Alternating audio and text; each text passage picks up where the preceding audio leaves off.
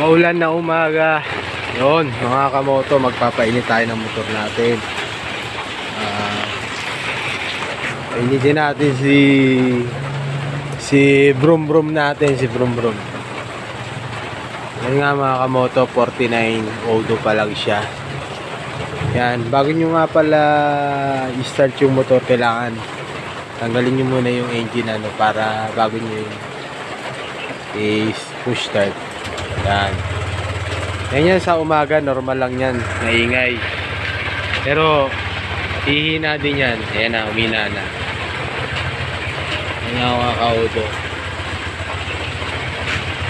Yan yung gulong, umiikot yan mga kamoto, normal lang yan kasi mahigpit pa o makapal pa yung mga lining natin. Saka yung ano natin, yung belt natin, kaya normal lang talaga yan.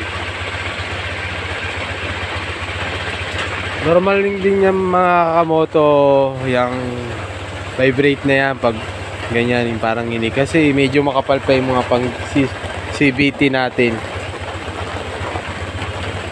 Mga pala nilalagyan ko ng para, kasi paborito to ng pusa baka mabutas nilalagyan. Yan mga kamoto. Papainitin lang natin mga 15 minutes para kasi hindi natin siya mailalabas ngayon at sobrang ulan. Maulan dito sa amin.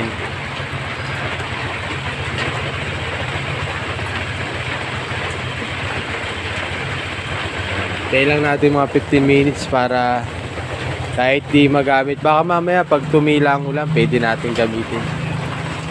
Pala si Raider 150 Carb.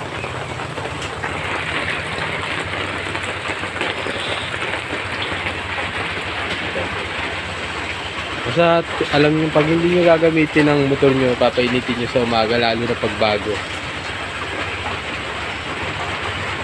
Saka huwag nga pala kayong mangamba pag may narinig kayong ingay sa panggilid, normal lang yun.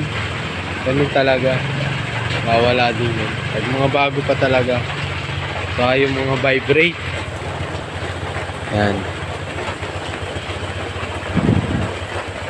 Version 3 nga pala to mga kamoto. Alright, painitin lang natin siya tuwing umaga. Mga 10 to 15 minutes para solid talaga. Alright.